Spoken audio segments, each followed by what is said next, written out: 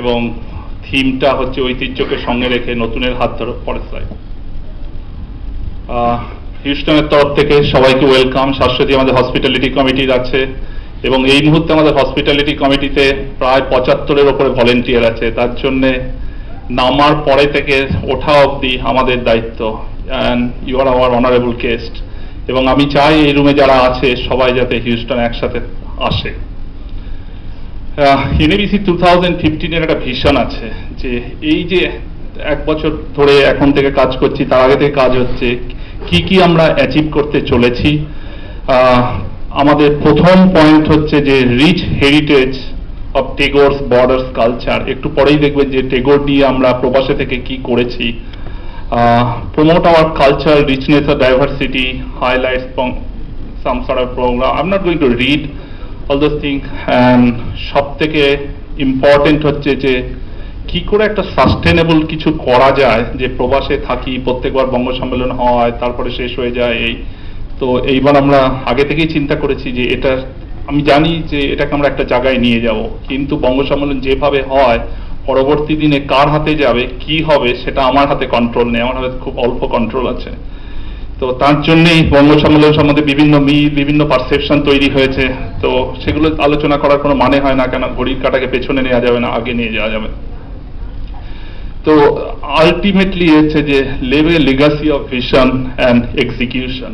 তো আমাদের দেখবেন প্রত্যেকটা পজিশনে আমরা দুজন করে আছি, সেক্রেটারি থেকে আরম্ভ করে প্রেসিডেন্ট। এই না যে আমাদের মধ্যে ঝগড়া, সব থেকে ফ্রেন্ডলি কমিটি হচ্ছে আমরা, কিন্তু আমরা দুজনে, আমরা সবাই কাজে, আমাদের প্রাইমারি কাজে এত ব্যস্ত যে কে কখন আটকে যায়, যাতে show need to move on. Even I am got sick, somebody else will take care. That was the whole thought, যে risk mitigation is there at the very beginning.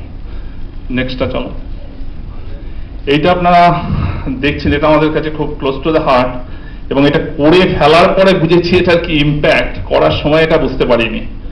আমরা টেগোর সোসাইটি অফ হিউস্টন থেকে বঙ্গ সম্মেলন করবো অনেকদিন ধরে আছে। আমরা বললাম তাহলে যে টেগোরের উপরে তাহলে কিছু করা উচিত হিউস্টনে, যার লেগাসি আমরা না থাকলেও যেন থেকে যায়। তো তখন আমাদের ঠিক হয়েছে যে এটা হচ্ছে যে নর্থ আমেরিকাতে প্রথম টেগোরের ফুল স্ট্যাচু একটা এনার্জি করিডোরে। একটু হিস্ট্রিটা বলতে হবে, কেননা we all should feel proud. যে প্রথম আমার মনে হয়, আমি তো নিজেকে খুব বাঙালি বলে মনে করি এবং খুব প্রাউড মনে করি, কেন তার জন্য আমার নাম চেঞ্জ করিনি, টাইটেল চেঞ্জ করিনি, কিছু চেঞ্জ করিনি, কেননা চেঞ্জ করার কোনো দরকার পড়ে না যদি নিজের স্বতন্ত্রতা থাকে।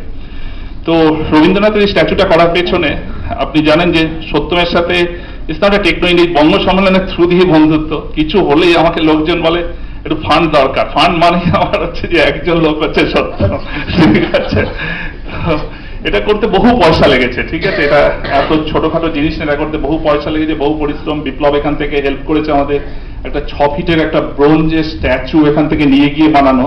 কিন্তু তার পেছনে আরেকটু হিস্ট্রি আছে, যে রবীন্দ্রনাথ নোবেল পেয়েছে, কিন্তু সেটা এখনো পৃথিবীর বহু লোকই জানে না। যখন আমরা লিখলাম যে রবীন্দ্রনাথ টেগোর এরকম মেয়রকে বলো, who is Tagore, why do you need this park, is a prime area. তো আমরা তাকে ওকে উইকিপিডিয়া, গুগলে লিঙ্ক করলাম, পাঠানো হলো। বললো যে আমার সময় নেই গুগলে লিঙ্ক, তারপরে সামারি করে পাঠানো হলো। পরের দিন ওর অফিস থেকে বললো, we will allocate you the 5,000 square feet of the prime energy corridor where every day 5,000 visitor will come. You need to be popularized. বলে আমাদেরকে একটা বললো, তোমরা তোমাদের কাজে এগিয়ে যাও। তো তখন তো হঠাৎ করে এরকম একটা ব্যাপার, এটা একটা দুটো টাকা না। তো যারা হিউস্টনে আসবেন দেখতে পাবেন, and we feel so good যে প্রত্যেক দিন এটা 5,000 থেকে 7,000 লোক দেখছে, বিভিন্ন রকম প্রশ্ন জিজ্ঞাসা করে, কে কারা, নানান রকম। তো দ্যাট ওয়াজ আমাদের বুনিয়াদ, যে 2015 বঙ্গ সম্মেলনে কিছু করার, তার বুনিয়াদ হচ্ছে যে এটা, যে আমরা একটা টেগোরের স্ট্যাচু করেছি। আমাদের এখন রবীন্দ্র জয়ন্তী এখানেই হয়, এর সামনে। জায়গাটা গেলে দেখতে পাবেন ছাতিম গাছ লাগিয়ে যতটা সম্ভব একটা মিনি শান্তিনিকেতনের মিনিয়েচার করার চেষ্টা হয়েছে। এবং অসংখ্য ধন্যবাদ সত্যমকে। সত্যম যদি না থাকতো এই জিনিসটা হতো না। চলো।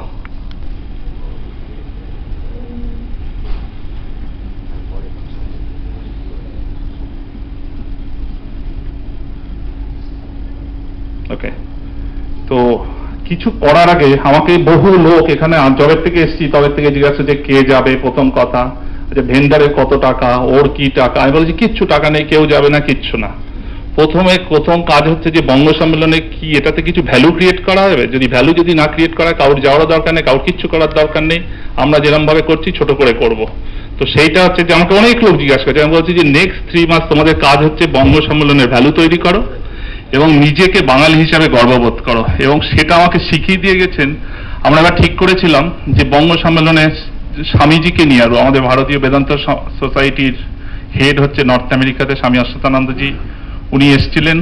তো অনেক প্রশ্ন, যখনই কিছু অন্যভাবে কাজ করা যায় লোকের প্রশ্ন যে স্বামীজির কি রোল এখানে, তো নানান রকম কেন বিবেকানন্দ সবাইকে বুঝিয়ে, তো স্বামীজি এসে আমাদের মধ্যে একটা জিনিস যেটা করে দিতে পেরে গেছেন, মানে আমরা তো নিজেদেরকে গর্ববোধ করতাম বাঙালি হিসাবে, কিন্তু পুরো টিমের 300 লোককে বিশ্বাস করিয়ে দিয়ে গেছেন যে তোমরা পারো এবং তোমরা বাঙালি, এগিয়ে যাও, ভয় পেও না। So that's our whole vision, এবং স্বামীজি সেই লেগাসিটা আমাদের রেখে গেছে এবং বিভিন্ন মিটিংয়ে আমরা সেটাকেই রিপিট করি।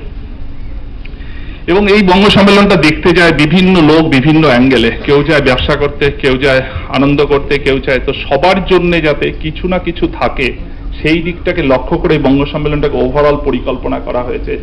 যার শুধু interest culture, he should get the rich cultural thing. যা শুধু বেঙ্গলের আর্টিসান দেখবে, কার্পেট দেখবে, তাদের জন্য রাখা হয়েছে। যার সাইট সিন করা আছে, তো এইভাবে পুরো জিনিসটাকে ডিজাইন করা, এবং তার হচ্ছে যে এই স্লাইডটা। পরের স্লাইডে চলো।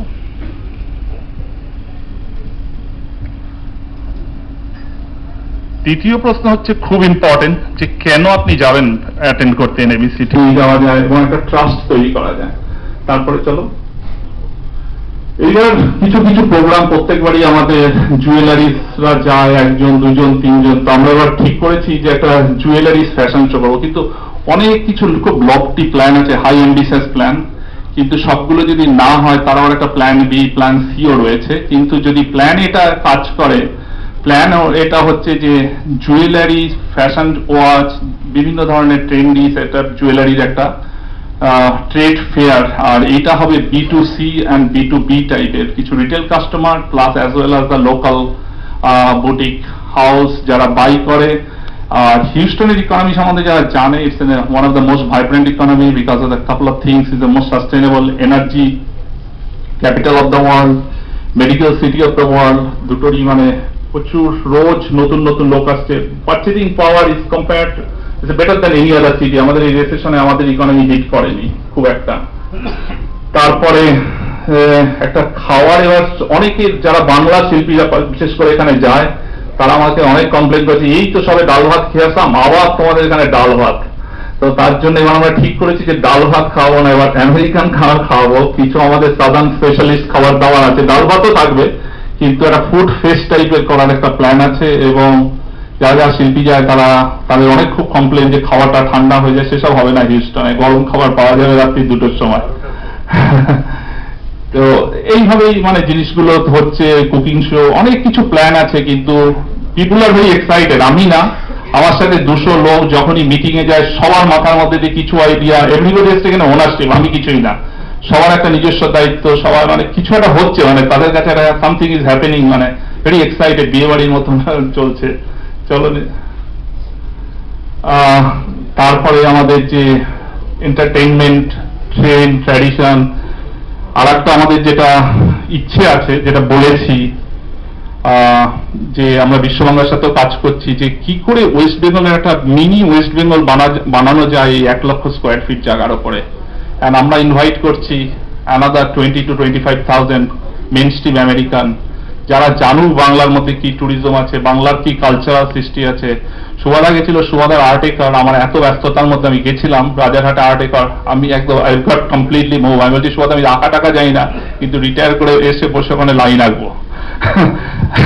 আমি একটা সুবাদার একটা ঘরও পার্মানেন্ট নিয়ে রেখে দেবো। তো এরকম এরকম জিনিস হচ্ছে। তো এই জিনিসগুলো একটা প্রচার থাকা আমার মনে হয় দরকার, এবং বঙ্গ সম্মেলন এটাই একটা এমন জায়গাতে প্রচারে এনে দিতে পারে সবাইকে। তার জন্য পশ্চিমবঙ্গের মানুষের সহযোগিতা এখন আর আমরা আমাদের তোমাদের না করে আমরা সবাই মিলে যদি এটা করি, এই জিনিসটা একটা সাকসেস হবে এবং পরবর্তীকালে এটাকে নিয়ে যাওয়া যাবে। তারপরে আর কোথায় নেই। যারা উপস্থিত তাদের সকলেরই বোধহয় কোনো না কোনো সময়ে এই বঙ্গ সম্মেলনে যাওয়ার, উপস্থিত থাকার, অংশ নেওয়ার অভিজ্ঞতা আছে।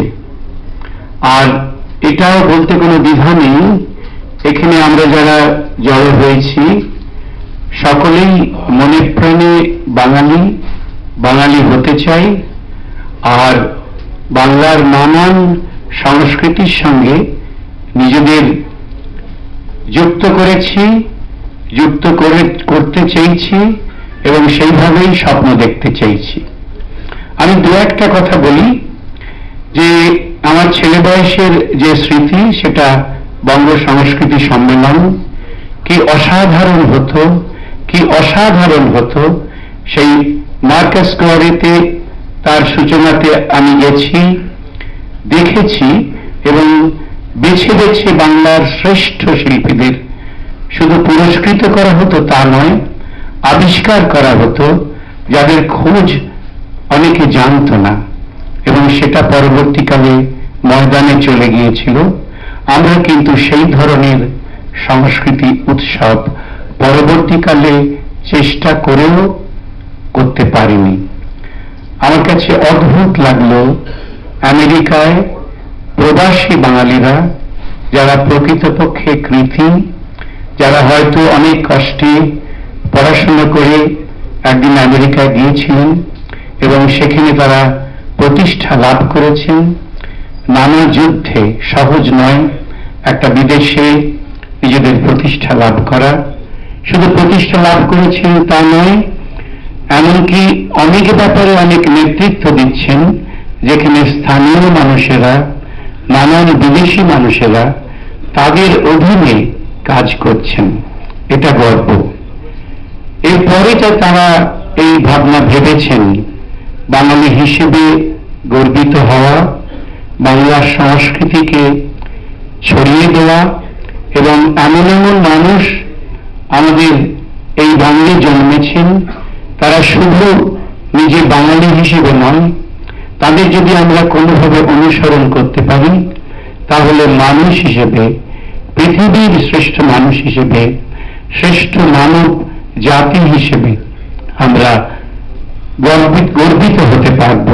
সেই রকম অসম্ভব উজ্জ্বল মানুষ স্বামী বিবেকানন্দ, রবীন্দ্রনাথ, এরকম নাম করলে অনেকের কথা বলতে হয়, যাদের মেধা, যাদের কাজ আমরা সঠিকভাবে সেইভাবে পৃথিবীর কাছে ছড়াতে পারিনি। যেভাবে গোয়েটেকে জার্মান ছড়াতে পেরেছে সারা পৃথিবীতে, যেভাবে শেক্সপিয়ার আমাদের গ্রামে গ্রামে পর্যন্ত ছড়িয়ে গেছেন, কিন্তু দুর্ভাগ্য যে রবীন্দ্রনাথ যদি তুলনা করা যায় কোনো অংশে তো কম নয়, অনেক অংশে তার যে গান, যে কৃতিত্ব, যে প্রতিভা, সে প্রতিভা কারোর সঙ্গে তুলনা করা যায় না। কিন্তু দুর্ভাগ্য আমরা এখনো পর্যন্ত যে কথা শঙ্খ বলল, কিছুটা দ্বিধায় তারা যে রবীন্দ্রনাথের মূর্তি সেখানে প্রতিষ্ঠা করতে পেরেছে এবং সেখানে স্থানীয় যিনি মেয়র তিনি জানতেন না রবীন্দ্রনাথকে, তার কোনো দোষ নেই, খুব স্বাভাবিক। আমরা এখনো যদি কলকাতাতে তথাকথিত লেখাপড়া জানা অনেক ছেলে মেয়েকে জিজ্ঞেস করি, যদি রবীন্দ্রনাথের কোনো গান প্রশ্ন করি এটা কার লেখা, তারা বলতে পারে না। আমি এখনো বলতে পারবো না যে পশ্চিমবঙ্গে অধিবাসী হয়ে সবাই রবীন্দ্রনাথকে চিনেছেন কিনা। আরো একটা কথা বলি, একটা বয়সে এসে গেছি, আমার কোনো আর ভয় নেই, কারণ আমরা বাঙালি কতগুলো জিনিস গ্রহণ করেছি। আমরা কোনো মানুষকেই সহজভাবে গ্রহণ করি না, তার অনেকটা অংশ বাঁকা চোখে দেখি, সমালোচনা করে দেখি, তবে আমরা ঠিকঠাক মনে করি আমরা বাঙালি। আজকে আমাদের এখানে অনেক মানুষ হয়তো তার সঙ্গে জড়িত, এখনো হয়তো তাদের সঙ্গে কোনো না কোনো ভাবে কাজ করেন। এইরকম কিছু প্রসিদ্ধ বাঙালি আছেন, প্রসিদ্ধ বলবো কিংবা ক্ষমতাবান বাঙালি আছেন, যারা প্রকাশ্যে বলে থাকেন রবীন্দ্রনাথ মূর্খ। এইসবের জবাব দেওয়ার সময় এসেছে। গল্পের গান, গানের গল্প, যেটা অনেকটা দীর্ঘ সময় ধরে, একটা 45 মিনিটকেই আমি মনে করছি প্রায় অনেকটা সময়, যে সময়ের মধ্য দিয়ে করব, এবং সেটা তো হয়ে উঠছে। হয়ে ওঠা জিনিস যখন সত্যিকারের স্টেজে মঞ্চে হবে আর এখন যখন প্রারম্ভে রয়েছে তার মধ্যে পার্থক্য রয়েছে। একটা কথা বলবো যে টোটাল টিম, আমার বন্ধুরা যারা বহুবার গিয়েছেন তারা খুব ভালো করে জানে, কিন্তু আমি একটা 2-2.5-3 মাস ধরে আমি বিভিন্ন কথোপকথনের মধ্যে রয়েছি, সেখান থেকে আমি ফিল করেছি যে এরা কিন্তু সত্যিকারের সেই স্পিরিট নিয়ে দেখবার চেষ্টা করছে এবং আমি সঙ্গে থাকতে পারছি। আমি শুধু সঙ্গে থাকবো কেন, আমরা সবাই সঙ্গে থাকবো। আমার অমূল্য মিউজিশিয়ান বন্ধু, শিল্পী বন্ধু এবং সমস্ত বন্ধু ও বান্ধবীরা সবাই আমরা রয়েছি। তো আমরা, আমার কাজটা শুধু নয়, আমাদের সবার কাজ নিয়ে আমরা পৌঁছবো।